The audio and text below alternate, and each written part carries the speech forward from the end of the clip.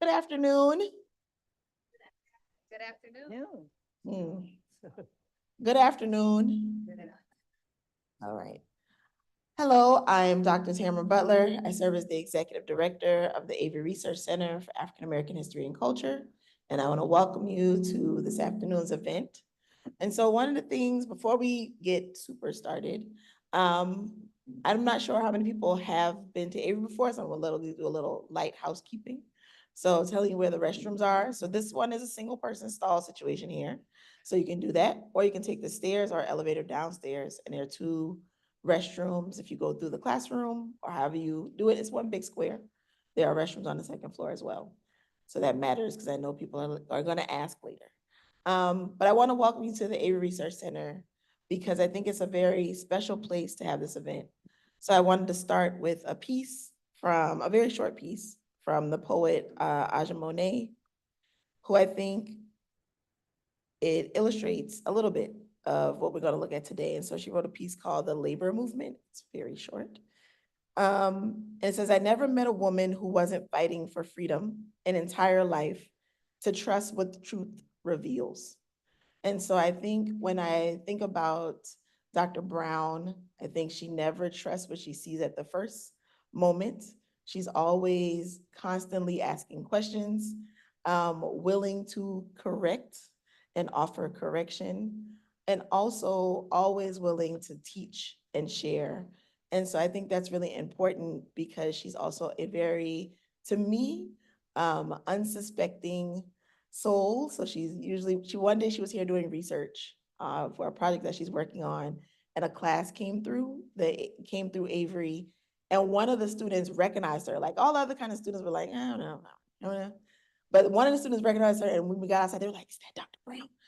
Is that Dr. Melissa Brown? Can I go back inside?" I was like, "You could." She's a little busy, but I think that there's also just something that if you know the work that she's doing and has done, then I'm always amazed that she finds home here at Avery, that she found it appropriate and important that her collection lives at Avery, whether somebody had to do it, the collections of her family, of her father and her mother, and then her own collection.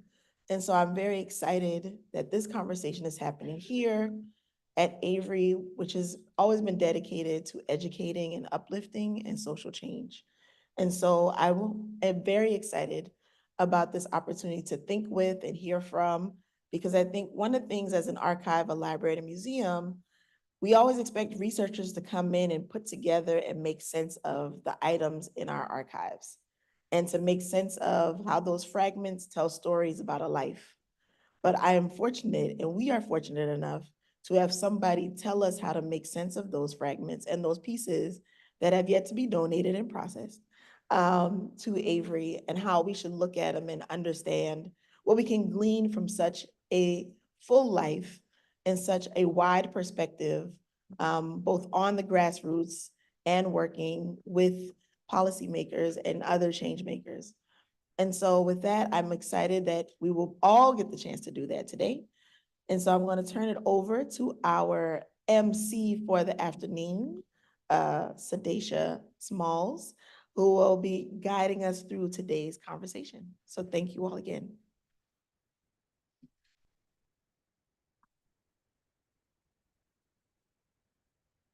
Good afternoon, everyone. How y'all feeling? Feeling good? It's a lovely Saturday. Thank you so much for bringing me in this beautiful space. I love coming here. Every time I come here, I'm a local. I'm a Binya, all right? So this is home.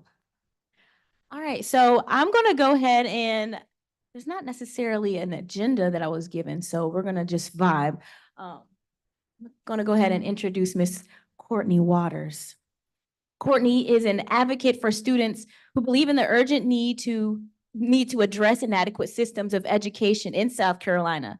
In 2018, she joined Teach for America South Carolina, where she has led alumni strategy and programs, external partnerships, thought leadership, fund development, and built the region's state funding strategy. In 2020, she was elected to the Charleston County School Board, where she has led and served on strategic committees and served as vice chair of the board. In 2022, she became the executive director of the TFASC. She most appreciates that her career in education has given her proximity to diverse participants in South Carolina's education system, from parents and students to state leaders. As guiding principles, she believes in the power of collaboration, prioritizes past and current context, and is motivated by the pursuit of justice as she works on behalf of communities. Before joining this team, Courtney was a ninth grade ELA teacher. Shout out to ELA, that was one of my favorite subjects in school. Then worked in the supply chain management industry and business development. She received a BA International Studies from Rhodes College and an MA Curriculum and Instruction from the University of Mississippi.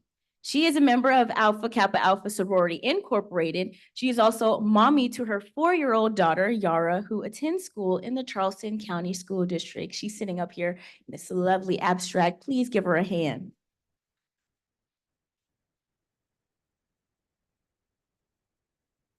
And Dr. Millicent E. Brown. Now, I heard you don't really like long bios, so I'm gonna keep it short for you.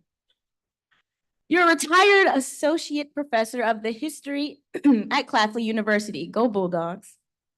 Having also taught at several other institutes of higher education. She's a lifelong community advocate and spokesperson for improvements in historically exploited neighborhoods and communities of color. Currently, she consults with museums, historical sites, and organizations seeking accurate analyses of social justice initiatives. Please, Dr. Brown. These lovely ladies are going to serenade us with their beautiful words and their thoughts, so I'm going to go ahead and pass it over to them. Floor is yours. So one, thank you all for having me here, but I think Dr. Brown should. Waiting on you. Okay. So let me just. These folks know if I get started talking, I will never stop. Well, and what a treat for us, because in fact, I share with Dr. Brown, we were touching base this week because she is incredibly busy as someone who's retired. I'm like, how are you more busy than I am sometimes? But we were connecting about this conversation and had shared some questions back and forth. And I want to give you the opportunity to do just that, to talk at length about the book and about your story, because I had the pleasure of getting to pre-read much of the book, and I was inspired. I felt more connected. I felt brought into a deeper understanding of this place where I'm allowed to serve. And I got to connect to the humanity in your work. And so I want everybody in this room to get an opportunity to do that too. And so the first question I actually want to ask you, we don't have a copy of the book up here. I wanted to show you all the book. Yeah, I didn't bring mine because I thought, thank you so much. So if you haven't seen the cover of the book, as I think you must have if you got the invitation, the first thing that I was drawn to a couple of months ago when I learned about the book was the title, Another Sojourner Looking for Truth. Can you talk about why this title and what you hope to convey when a person first reads the title of the book? Yeah, I'd be glad to. If and when you do actually read the book, which I hope you will, I explain what my original title was going to be. And I was convinced by some friends and informal editor and my real editor that it doesn't work, And I was resistant to change. And the reason they said my original title didn't work was it didn't seem to capture what all the essays were about. Mm-hmm. So I was told to go back to the drawing board. And immediately I realized, okay, to give the scope of what I'm trying to do, I'm going to start with the word another, because it's been a part of my thoughts for a long time that I'm just one of many people. And a lot of folks in this room today know me as being part of the Millicent Brown et al. Case versus Charleston School Board District 20, that desegregated the schools in South Carolina. And I'm having to always say, I was just one of 11. I was just one of 11. The name of the case is certainly, my own. But over these 61 years, I'm still sensitive about the fact that just remember, keep it in perspective. There were other children. And so when it came to writing the book, I realized the experiences I wanted to share were about other people as well. It's not a whole bunch of, it's through my eyes, but it's not all about me, you know. And so the word another was very, very deliberate because that's a passion I have, that we grow to understand there are lots of people out there doing this work. We don't see them all, we don't hear about them all. And sometimes we get caught up in raising people to iconic levels, And so it was important that another symbolized that there's a lot of folk out there doing stuff. Yeah. The Sojourner, yeah, I mean, it's a little corny, but yeah, I was playing on Sojourner Truth. I really was. But the Sojourner really represents the fact that the book starts in Charleston and then it follows me on the sojourn that my life has taken. And it meant not just Charleston, it meant Boston, it meant Atlanta and other cities. And so it was really has been a sojourn. And I think everybody in this room is on their own sojourn. And it's a word that I take very seriously, and I know we're all experiencing them. And this book was just my attempt to share a little bit of what my travels have been like. Looking is also purposeful because I started to say searching. And I said, no, when you search for something, you kind of know what you're going after. It's very, for me, specific. And I'm not somebody who always knew where I was going or why. I admit that. My family will tell y'all that. Okay. So the word looking to me was more appropriate because it's just keeping my mind and my eyes open for experiences, and that's just, and I hope that I'm still doing that, but just this idea of staying open, The truth, well, truth is funny, isn't it? It is. I played with that word, but the truth that I certainly have been looking for all these years, as with all the many people that I encountered, has to do with how Black folks going to get free in this country. Amen. How are we going to do it? What's the truth behind finding a way to transform society? And that's sort of how it popped all really into my head one night, Wow. just another person out there trying to find ways to make society improve. That's what it's about. So you say that so easily, and it is so profound. And one of the things that I love most about getting to talk with you is that your perspective is grounding for those of us who are still doing the work. And one of the things I appreciated most about the book, and you touched on this when you mentioned another, you are very humble in what your contribution has been and then what the role of an individual is. And so I think about that when I read through some of the passages and thought, wow, we have made these stories fantastic. And you really told your story from the perspective of a child, an adult, just sort of living life. And it sounds like that was intentional, but you did bring in, I want to give you an opportunity, if it wasn't, or to think about, you brought into a discourse that is always about big moments and big meaning.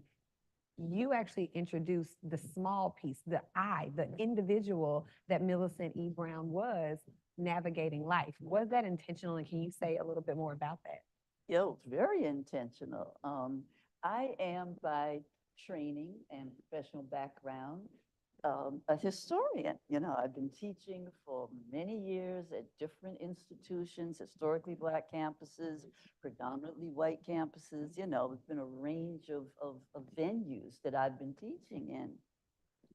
And I think I could sit here, and there are a lot of historians in this room. I'm looking at Darlene Clark Hine and Bill Hine and some of the others that are here. Al Frazier just walked in, and there are a lot of folks who are, oh, Vernon Burton, okay. Yeah, that's a bunch of folks here. And documentarian extraordinaire, my cousin Beryl Dakers, you know. I mean, there's really a lot of folks in this room who have taken on that task of trying to capture history. And I said, I can write a history book, you know, but I didn't want to. Right. I just didn't want to because I know the narrow audience that reads those books, unfortunately. So yes, it was quite intentional to try to write a book that had a broader readership for sure. That's one thing. But I think the other point was I really do have a problem with talking beyond people. I wanted something that was accessible, you know, and I also am really hell bent. And the older I get, the more I get like this. I'm really I mean, and I'm old as dirt now, but I've really been thinking this for a long time.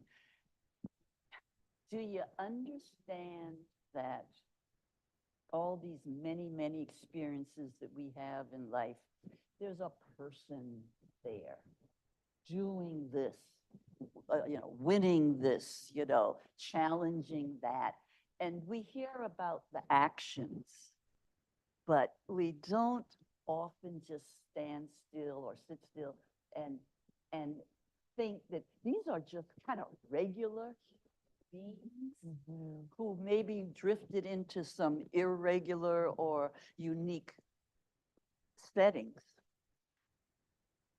But we're all starting off just kind of as just some little colored girls in Charleston. You know, that's what the beginning was. Yeah. And I wanted folks to just get reminded of that and appreciate the humble beginnings that all of us have, regardless of where our life experiences take us. Yes. Wow. I love that. Because we do all have humble beginnings. And in doing this work, people do forget the humanity in you. Like you're carrying a lot at some points, at other points you have to put it down and you have to pick it back up and sort of carry your work through. And to your point, you don't always know exactly where you're going, but you know what you're committed to. And so I think about, you know, with such a life that you have lived and so many events that have taken place, how did you decide which moments you would include? Because I thought from what I've read, that you chronicled your life quite well as someone who I could not have pinned down this timeline. And it was very chronological. Yeah. But I was like, how did you decide what to include and what sort of needed to stay on the shelf? The process was, how do you get rid of the jumble that's in your head, okay? And for me, I guess that's where the historical training comes in. It was like, start at the beginning and then just keep on going. And so I really just went from city to city, you know. I realized, and I say this especially to this audience today, most of whom know me personally, I left out as many names and probably as many experiences that I put in that book. You know, there was so much more that could have been. And so part of part of the decision about what to include was I wanted to stay with the theme. You know, I could talk about things I'd done and places I'd gone and, you know, but it would all still get back at me. My thought was, let me pick experiences venues, people that highlight this seeking of justice, of social justice. And so I have to tell you, there are a few comical things in there. There you are. know. There's some sad moments too. There's a little bit of a lot of stuff.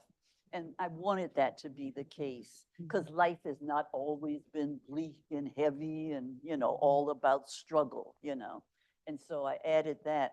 But mostly it was just, let's go from city to city. I'm sorry that I couldn't name more people and because I owe so much of those experiences to so many different places. But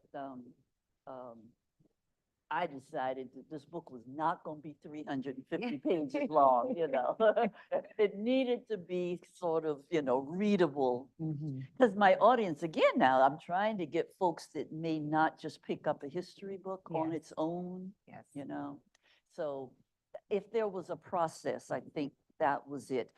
Am I staying true to the intent, which is to take some of the magic and the fantasy out of what it means to be an activist Yes. or to be committed to change. Let's take some of that allure and just bring it down to, hey, I happened to be here and this happened. Yes. And then I met this person and this is how that worked out. And, and it just kind of unfolded. And sort of the many hands make light work. Yeah. Because that's what I was thinking when I read the piece about going to Tennessee. And I won't talk too much about the book because I've been instructed not to. Because you all have to read it. To tell folks, don't talk too much about the specifics. You got to make them want to read the book. That's right. So- That's right.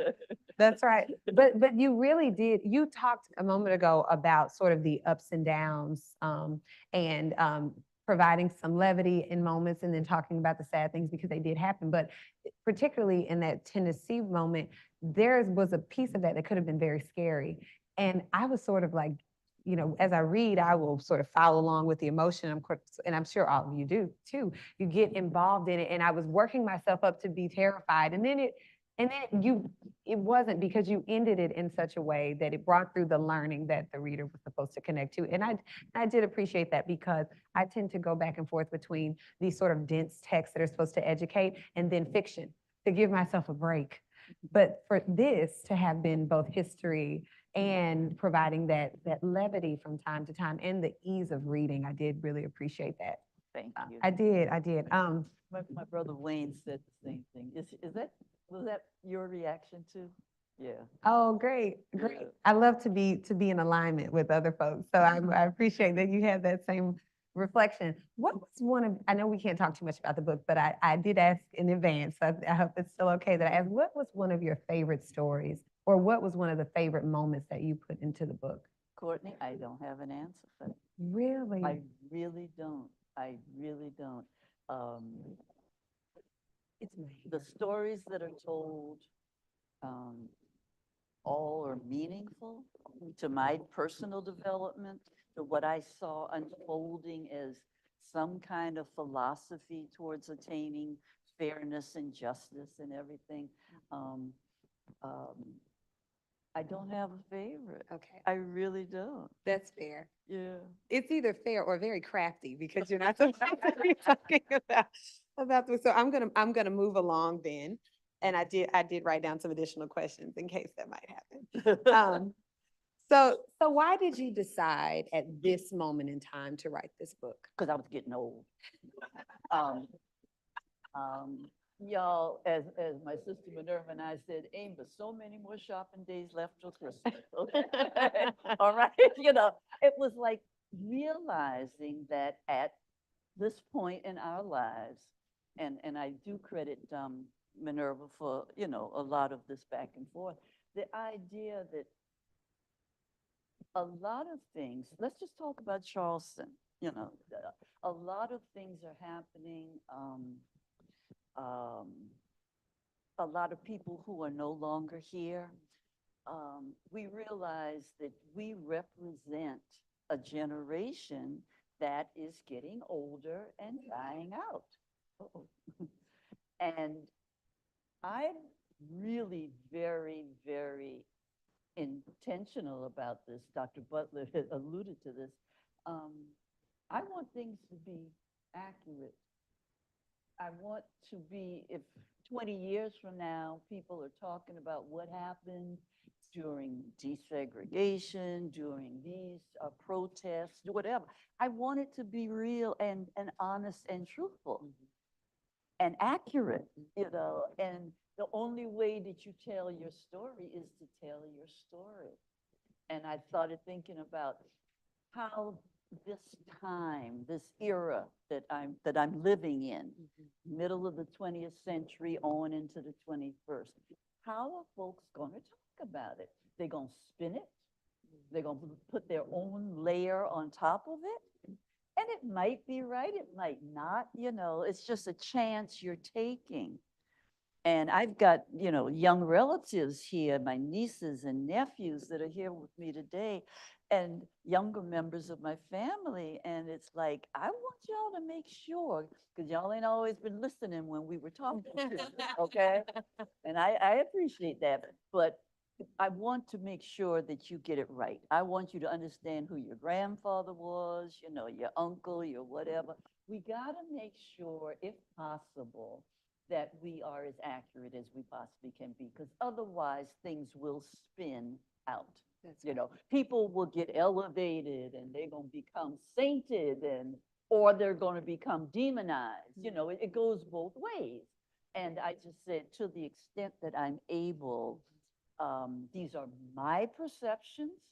Anybody reading this book who maybe was in the same spaces at the same time might disagree, might say, no, I don't see it that way. Then you write your book. Okay? These are my memories, my perspectives, right. you know, as factual as I can possibly be, you know.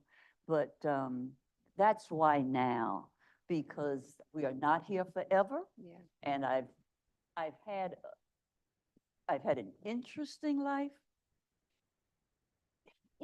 Even some folks that have for years been telling me, oh, you need to write, you know, and I'm not a diarist. I have never kept a diary. And I realized, oh my gosh, the stuff is just here. And I need to start putting it down if I want it to be remembered. Yes. I think it's time for these kinds of things to be said, and I encourage everybody to do it, whether you get it published or not.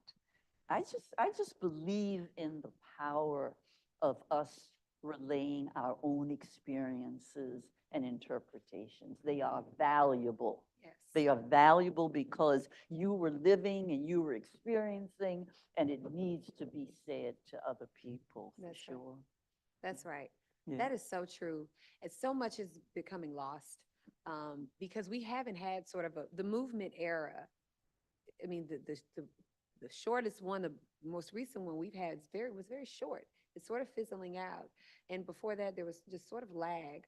You know, I don't necessarily see that folks were capturing major events in my history that had to do with people of color trying to push for systems change. And perhaps it's because I think in recent history, we've been living in this nostalgic period where everybody thought the change had come. And so it was great to look. And let me just tell you something about that. Yes, ma'am. It was when I was teaching and at various colleges, and students would come, and you could tell, you know, that those who were really interested would question me more, you know, about my own experiences. But for the most part, my classes would be, okay, there was slavery, and then there was this Emmett Till, and then there was Brown versus Board, then there was King, and, you know, that's it for Yes. 20 or 30 Yes. years. You know, it's like, wait a minute. And that's how we learned it. Yeah, and these little bits and pieces, you know, and very few people were tying them together. And again, that was also why there was this tendency to elevate people way beyond, Dr. King will always be an important part of history, but Dr. King didn't do a thing by himself. That's you know. I love and will always love and honor people locally like Esau Jenkins and Bill Saunders and of course, Septima Clark. Nobody did anything alone. Everybody was surrounded by other folks who had to have been thinking along the same way, So it's understandable we won't get to know all the names, okay? But we need to keep that concept when we're elevating people that they were surrounded by, protected by others as well. Yes. And that point, I think, just needed to be made. Yes, and you made it. I mean, honestly, it opened my eyes to read the many names, and you didn't give a tremendous amount of time to anyone. Maybe Jay Arthur got more time. He probably got a little bit. Probably got more time, but you didn't give a tremendous amount of time to one individual, and even open my eyes to some folks that I didn't even know were involved in this movement work. And so you certainly, by my account, have accomplished that. But I do have a question as we've been looking back, but you've done now an excavation of your life and been able to look back over it all. What does it tell you about how you want to live what did you say? No, not too many more shopping trips until It's still Christmas. but yet you still have a future. And so what is it making you think about your future and what you will continue to do? When I retired, I really, really thought that was the end. I was going to grow my okra and my tomato plants and I really thought that was going to be the end of this very busy public kind of thing.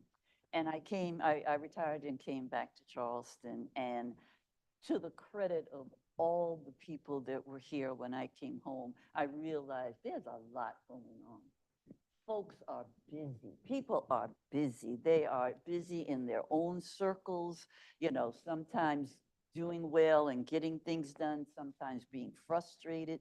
But the point was, it wasn't quite time, and I was too curious to just sit home on James Island and kind of let it all be going out there. Yeah. So the idea was, let's pick up on some of the issues that are going on.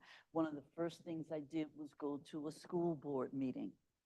And I realized I want to use my privilege. And I got up, I remember that first board meeting I went to, this was before you were on the board. And I just said to the board, how can somebody who desegregated schools 60 years ago be standing here asking, why are we not educating children well? It's like, I just can't fathom that what we went through in 1963, and we're still asking the same question. Yeah, that's right. So that's kind of what charged me up. I then got involved with some serious concerns I had about what was the then planned African American Museum. And Dr. Frazier, Robert King, David Ross, and my sister, and so many others were joining with me and just raising some, what I think, fundamental questions about who gets to tell your history and how is it told and who narrates it, and to what extent do community voices of color really get into the narration. And so that kind of got me going, And then it just went on, and Darren Calhoun and the folks at Avery always had something going on. Yeah. And I got involved in, and I'm so appreciative, I got to meet young activists. And there was a project that was being funded here at Avery called Documenting the Arc, which then was saying, don't let the activists of 2015 go by the wayside without capturing their experiences. So I had a chance to be a part of collecting oral histories, but these are people who were active just 2 years ago, 3 years ago. People like Marcus, yeah, McDonald, and all of the young people. And I said, oh my gosh. And this was wonderful because Yeah. I am hearing, I met um, Faden, Santana, who took the video that was ultimately capturing the death of Walter Scott. And so by turning that video over, the policeman actually gets prosecuted, for that horror, And so I'm being, I want to go grow my tomatoes and my okra now, I really do. Right. But I'm meeting these folks that are busy. And now the project that I say is my swan song, we'll see, But I'm working with Carl Bork and Jennifer. Oh gosh, Jennifer, what's your last name? McCormick, sorry, I just blocked on it, sorry. About how is the Charleston Museum, the city museum, going to expand its interpretation, especially about the civil rights movement that took place here in Charleston. So I'm working on that now and really enjoying being a part of old established institutions right here in Charleston who are expanding and are growing up and are appreciating the need for a broader interpretation, Yeah. So I, who knows what I'm going to be doing? But every time I thought that was it, there was some other energy out there. And I'm just delighted to be a part of some of that. That's so wonderful. Yeah. And it's, yeah, I have so much appreciation for you. And I know you don't like people doing that, so I'm not going to do it too much, but I do because you're still active. You're still giving to generations that are coming behind you. And it's so necessary because we all have to sort of reach back and help somebody figure out how they're going to do this work more thoughtfully, how they're going to make their individual contribution. Because one of the things that I've learned that was necessary for me to learn to sustain myself in just local politics is that you have to remember you're one person and you're going to make this small contribution. Whatever that is, it's a piece of the puzzle, but it's not all. Exactly. But you're going to have to figure out how to help some other people fit their piece into this puzzle. And so I just appreciate that you're taking that perspective because not everyone gets to the level that you are at and then looks back and says, now who else can I help? Everyone doesn't do that. Thank you. I appreciate that, and I accept that compliment.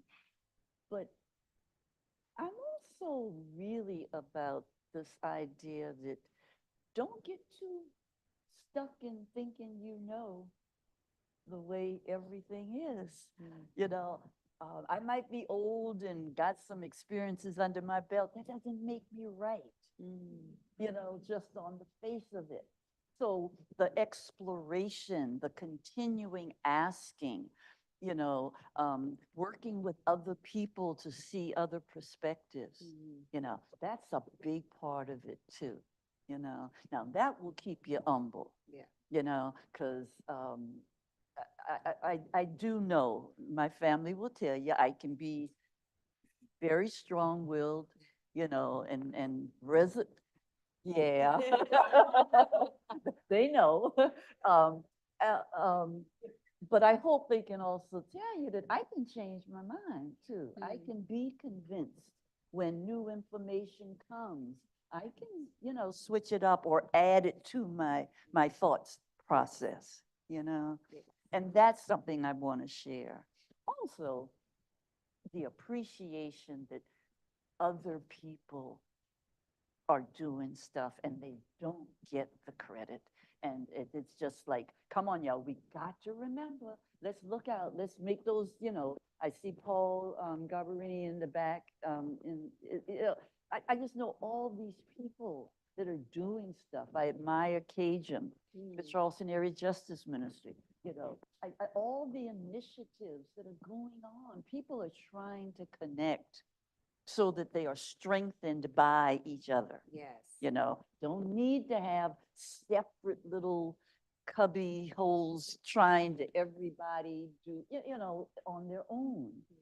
I think that's one reason Charleston has perhaps not grown as much as I would have liked it to have grown over the years. I think people are busy. There's no question about it. People are busy, but then we can over busy ourselves sometimes. I don't know that we sit back and do the critique, you know, say, now that didn't work when Jay Arthur was working for the city. Now, is Jerome here? He said he was going to come. Jerome Small. Okay, that's fine. He'll show up someplace else. But a young man that's working for the city of North Charleston that I've become very close to. And it's like, you know, Jay Arthur worked for city administration in the 70s, And here's a young man and others like that, you know, who are now here in the 2020s. And the question that I say to them is, why didn't this work back in the 70s and 80s? Don't just keep doing the same thing. Yeah. You know, will you critique what happened and offer insights about if we really want change, then we're going to have to start being willing to do that open critique, that analysis. You know, I do believe that change can come. Change is not the same as progress. Things change. That doesn't mean they always get better. Yeah. And we have to learn. How do we discern that? What, you know, what seemed like a good idea once upon a time? That's right. It seemed like a good idea. My father firmly believed that if the adults would get out the way, let the children get integrated, and the kids are going to work it out because they're going to see each other's humanity. You knew him well, Jim. You know, you worked with him, you know. He believed that. Today, I say my father was one of the most naive people in the world. If he thought, you know, and he did, you know, but back then we were not so sure what the real problem was. Sure. So we thought getting together, if we just get together, we're going to be okay. And that's a step to take, but there are other things that have to be done beyond just getting together. Because y'all know that as soon as we went into the schools in '63, that's why Mason Prep got founded. You know, sponsored by the College of Charleston. Yeah, I'm going to talk about it. You know, they made it possible to have an all-white private school to avoid integration. Yeah. You know, so laws changed, but people just shifted and found other ways to do stuff. Yeah. You know. Yeah. Well, so you really gave some really great nuggets for the last question that I have, because I want you to be able to mingle and folks to be able to talk with you. But I want to also make sure I leave the opportunity for you to fully think about this question around, you know, social justice work is ongoing. And you have laid a lot out for us today, and you laid it a lot out in your book. But what are the sort of big ideas or key takeaways that you think that we need as we go on and continue the work of so many others in this moment? Yeah. A big one for me is to stop looking for simple answers. Don't try to make struggle and change of society something you can kind of do on the weekends, and you know, every once in a while your sorority does something, and so that, you know, it's be honest about the fact that this is hard work and it might take some sacrifice. And I am worried about people being prepared to sacrifice. You know, I have not shopped at Walmart in the last 15 years. and they have some of the stuff I might want and everything, and it's easy and convenient. And I will not eat Chick-fil-A. I don't care how good people seem to think Chick-fil-A is. I'm sorry. But their homophobic attitudes of those owners, you know, I look at where the money's coming from, and I'm saying, to the best of my ability, I'm not going to give you my money to exploit me. And so some of us have to start thinking more carefully. Where do we put our dollars? Minerva was reminding me the other day, back in the day when we tried economic boycotts, we stayed off King Street. And folks realized, oops, we better hire some Black folks in this store, you know? So it's the appreciation that even our small actions, our little bit of money can still make a difference. And I think I will say also, if you're sensitive to your own oppression and don't want people messing with you because you're female, because you're Black, because you're Jewish, because you're Palestinian, whatever, you know, whatever, then you can't be othering other people. I'm so mad at the Black preachers, Yes. you know, that they talking about ain't no gayness up in here. What are you talking about? You know, we got too many music directors and choir directors who need love, you know. You know, so it's like we gotta be searching for some kind of consistency with our thoughts. Yeah. And you cannot want people to respect you and you disrespect others. It's fundamental. It's fundamental. I love that. So, That's got to be enough. I know I talked long enough. no, and and that's what everybody came to do, which is hear from you. And so I'm really thrilled that you. First of all, actually, let me ask: do you feel like you got to say the things that needed to be said Yeah. as yeah, the book? yeah, Okay. Yeah. See, that's one thing about getting older. Y'all know this, the older ones, you know, we don't mince words too much anymore. I might have said it a little differently a few years ago. You know. But no, if I'm, no. I don't mince words. Yeah. Well, wonderful. And I'm going to ask Sadesha, are there any closing words that you wanted to give, or should we? We have a question Oh. So I'm happy. Yeah, You no. want to go ahead? Yeah, Okay, sure. so we'll invite audience members to ask questions, and it looks like three questions. We're going to invite three audience members to ask questions of Dr. Brown, and it looks like Darren has a mic over here. So if you could just raise your hand if any of this conversation brought up any questions for you, or you'd like anything elaborated on. Bill Hamilton over there, activist extraordinaire. In Yes. terms of us creating a transit system in this area that works for people who need to get to work and home. Yeah. Yet there are days, I wish that Rosa Parks had sat down at a lunch counter instead of on a bus. Put a bullet, put a target on the back. It's been 16 years since Barack Obama was elected president. We have another election coming up. We have college campuses and streets full of young protesters being slapped down faster and harder for less than I've ever seen. What do we need to do in the next 12 months?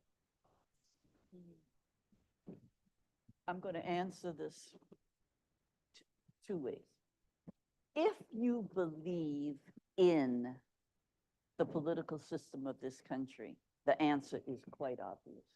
We have got to not only get out to register and vote ourselves, but you've got to be looking at your friends, your organizational partners, your fraternity brothers, whatever, your neighbors. You've got to say, are we going to get to the polls? That's if you believe in the political system. Not everybody believes that America can be salvaged. And it depends on what day I wake up, which way I go, because I have real concerns, okay, about whether we, as Malcolm had talked about, you know, just into a burning house. You know, I don't know. I have misgivings. But while I'm trying to figure that out, I have to deal with the political entities that are in place.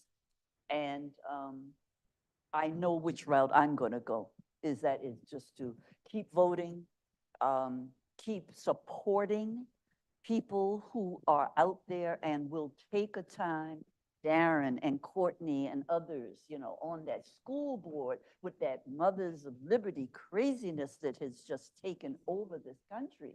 I mean, there's some foul stuff going on. So not just pull the lever vote, but as we always say, vote down ballot.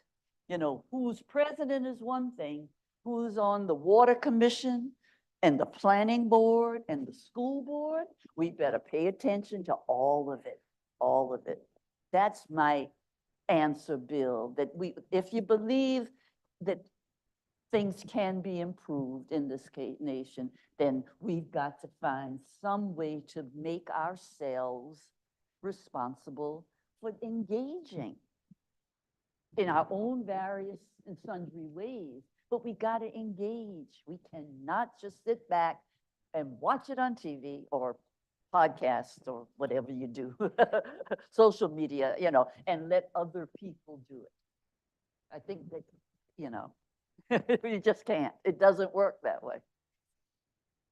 Do we have any other questions? We do.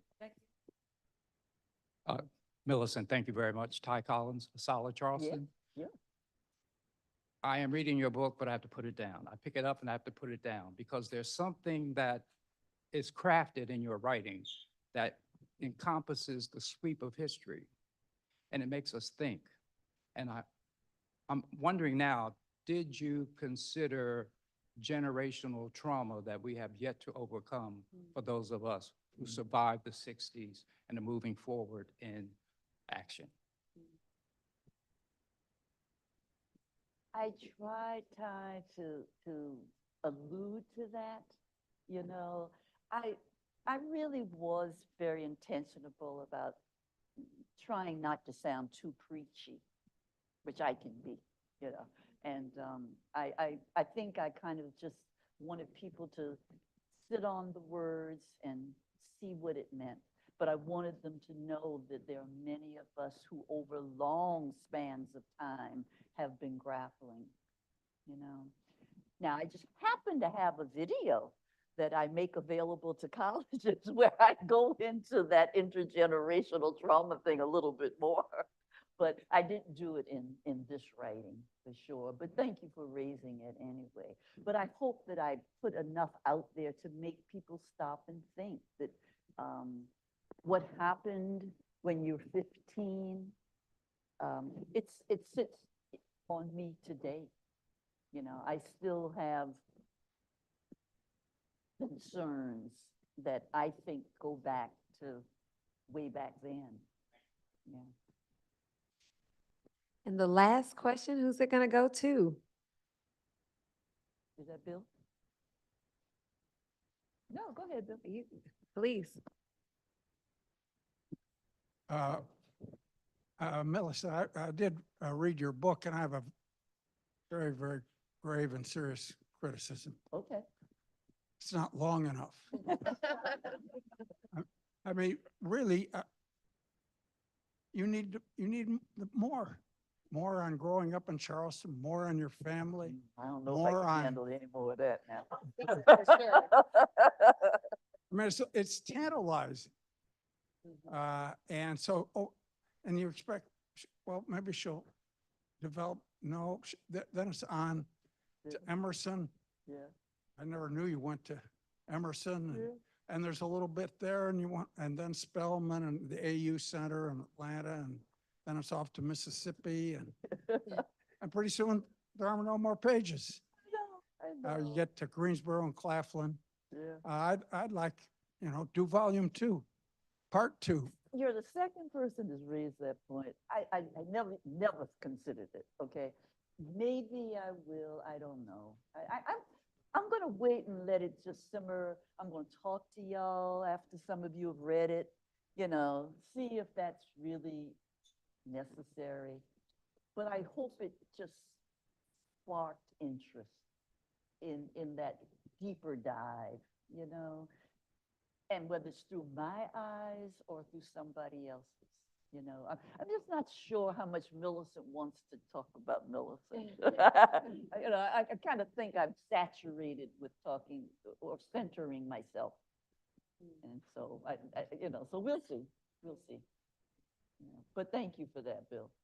Bill Hine, extraordinary historian who has very much documented the Orangeburg Massacre and is known for other things as well, but especially that. And Darlene Clark Hine, his wife, who's with him, the extraordinary woman who really got me to understanding the importance of identifying the history of Black women in this country as a separate historical entity. And so her work and her colleagues, you know, is just without comparison. And that's what made the whole book so rich when you run into these kinds of folks and learn from them, you know. Yeah. Well, Thank you, everybody. huh? No, I didn't know you were gonna offer thanks. Oh, I was just gonna say thanks for coming, and we regret that, well, you know, the books were not physically here. Darren, do you want to tell them what's Yeah, gonna happen? Yeah, I'm about to get there. Yeah, yeah, yeah. Well, again, thank you all for coming out. It makes me very, very happy to see everyone coming out to support this book. The Avery, we did order copies, but since we ordered them in bulk, they are not here yet. So on the first floor, as you're leaving out, our students are gonna have a sign-in sheet that you can leave your name, address, as well as your email. If you are not local, if you are local, we ask that you just come back and pick it up when they're here. We'll send out the email for you, okay? And Millicent, thank you again for giving us the honor to be able to host the first book talk on this book here at the Avery, where you are always home. This book, I remember when you first started writing it and all the research that went into it and how everything was, you know, we had to double check everything. I appreciate that. And that's how history should be written. And also bringing it back to the current, we are still going through everything today. If you watch us on Mondays, on the last Mondays of the month, you see we're still going through this today. So I appreciate you and everyone that helped us bring us through. As we get to the reception, we did have two acknowledgements we wanted to make as well. As you know, although this is the book conversation, we like to just do everything at once. We are closing two exhibitions today, this one Aiming for Freedom, as well as our student exhibition downstairs. I'm gonna have Brittany Washington come up and talk about the student exhibition.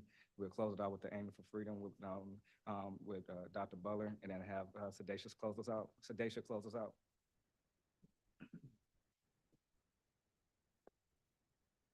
Thank you.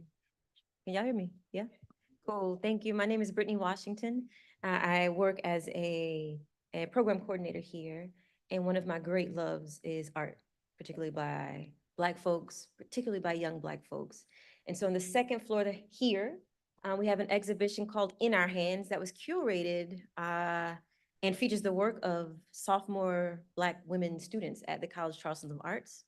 It explores themes of social justice, of expression, self-identity. It's really gorgeous art. So if you haven't had a chance to take a look, please do. We want to honor, we have one featured artist here in the back. Can you just wave your hand? Azaria, very talented. Thank you so much. And then we have Micaiah Fagan in the back, who actually curated the show. All right. Her debut curatorial exhibition. So yeah, like our work here at the Avery is to preserve culture and also to uplift what's happening now, as you were saying, Dr. Brown, like we have talented people here who are continuing to carry forward this legacy in writing, in organizing on the streets, in art, right? And there's a lot of opportunities to support them. So thank you so much. Please take a look at the exhibition. Feel free to talk to any artists here, Azaria or Micaiah, about their processes. And we do want to honor you. I'll give you out a book here that we have. All Black Girls Are Activists. All the Black Girls Are Activists, as well as a poster from their exhibition featuring someone's work, Jaden, who's not here yet, but we'll see. Thank y'all so much.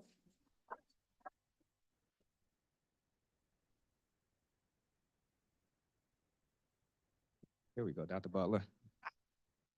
So I'm back. So the exhibit that's in this room and in the Cox Gallery or this auditorium is called Aiming for Freedom. So Kay Melchor Hall, who I think was brought to us via Dr. Brown, right? And so this exhibit is really thinking about Black feminist imaginings and dreamings of freedom. So it's artists from across the US and beyond. And really, one of the things that we're so excited about is that it's one of the most of the pieces that this is eventually going to be a traveling exhibition. So some pieces will travel, some pieces will return with their to their artists. But it's also been a really great point of conversation. So Dr. Professor Hall is a Lumina Foundation Fellow. And so this is just one of the places where this is one of the first activations of this exhibit. And so very excited to have that here. So check it out here as well as inside the Cox Gallery. And I think one last thing before I leave this podium. So Avery, a lot of folks know Avery because you know of our permanent staff. Folks like Darren, folks like Aisha, there you go. As well as Georgette, Savannah, Erica, am I missing anybody? And Brittany. So in addition to those folks, there are a couple more people who keep Avery moving and rolling, and it's our students. So we have 6 students who worked at Avery this summer or this school year. Most of them are taking finals today or studying for finals or moving out of their dorms. But we do have, so those individuals are Patricia Washington, Sterling Petite. We also had Diage Kelly, Ashanti Murphy, Marshall McGee. Is that everybody? Am I missing? I know. I was gonna say that. And but I was trying to think of like, am I missing anybody else? And also William Jenkins Jr. Where's William? I'm gonna fight William. He was just here. So he's probably back at the front desk. But one of the things that I do want to highlight is all of those students are across different rank. So they are first year students, they are graduating grad students. And so one of the things that I am most excited, that I most like love about William is he's a first year student. And William is dedicated to the Avery Research Center. When we open, William is on that bicycle and William is here. And it doesn't matter what we're doing, he is here. And so one of the things that we also are excited about is William is a first year student who has taken advantage of a lot of opportunities. So this year, William and Patricia traveled to Jamaica, where they did a 1-week study abroad with me to watch William talk about his classes and how because he's taking classes with John Thomas and other professors on this campus, but it all came to life in Jamaica, where he's like, oh snap, Marcus Garvey is Jamaican. I'm like, yes, that's what we've been trying to get at in this class, but also the fact that he's a Burke graduate. And so we first encountered William when Aisha and I went to do something with the Preservation Society. He made sure that people stopped running down the hallway and stopped interrupting our workshop. And here he does the same. And so we're so grateful that to have him here and students like William, Patricia, who will be graduating in the spring. Patricia was in here all 4 years. She's an accounting major who has fallen in love with African American studies. Who knew that that was a thing that could happen? Diage will be here all summer. So if you come by and hang out with Diage, she's a special education major. And I'm excited about what she's thinking about and dreaming up with us here at Avery. Marshall is a first year master's student who also mostly works in the archives and the reading room. And then our last student is Sterling, who is graduating this spring. Sterling is going on maybe to get a master's in social work. We're not sure, but you can also catch Sterling at the International African American Museum if you don't see her here. And so I say that because the students that we have here are dynamic. And so it's what they often share with us is that Avery is like no other place, because not only do you get to play in the stacks, you get to help artists install and deinstall their work. You get to talk to activists, organizers, and trailblazers any day of the week. They've encountered so many people, and I'm just grateful that they are part of this community. And so if you get a chance to see them, please put a little something in their hand. But they're also gonna get a gift from us on behalf of the Avery Institute, just to thank them for their time. And so I want to thank you all, and please enjoy your time here. Thank you all so much for being here, and have a good one.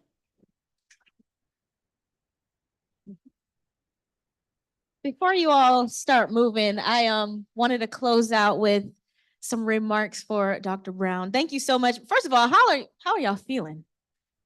I mean, I know you don't like so much praise, but we can't help it. I mean, you're amazing, and I feel very full, and I'm honored to be here in the presence of you all and in the presence of your journey. It's such beautiful words. I can't wait to read it myself. I want to say there's going to be some food. I know y'all can smell it the whole time. But the only request that we have is you eat either chicken or the fish, not both. Chicken or the fish. And also am I missing? I feel like I have some missing. No. I have nothing else to say. Thank you all so much for coming. Thank you for welcoming me. I know y'all probably like, who is this girl? I actually am a news reporter on ABC News 4. So I work Monday through Fridays in the evening, so you can see me there. But again, thank you so much for welcoming me. Thank you, Darren, for thinking of me. And let's eat, y'all. Wonderful.